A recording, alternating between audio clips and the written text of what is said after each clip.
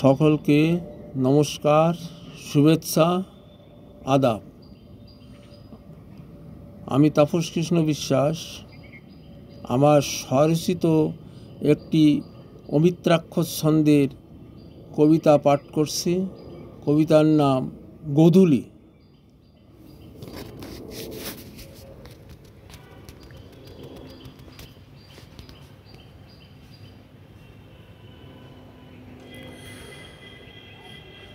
গোধূলি কি অপরূপ রূপেও মধুর, দেখতে তোমায় কত না ভালো লাগে। তোমাতে মিশে আসে কত রঙের খেলা,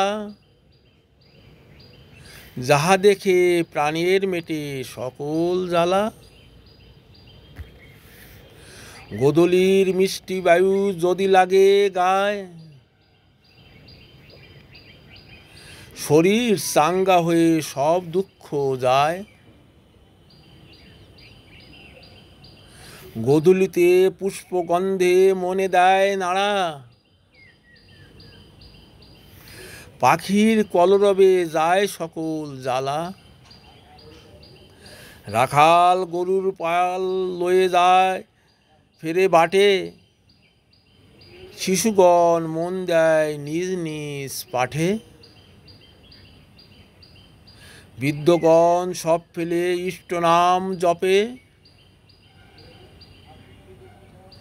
কুলবধূর শঙ্খধ্বনিতে গ্রাম মাতে।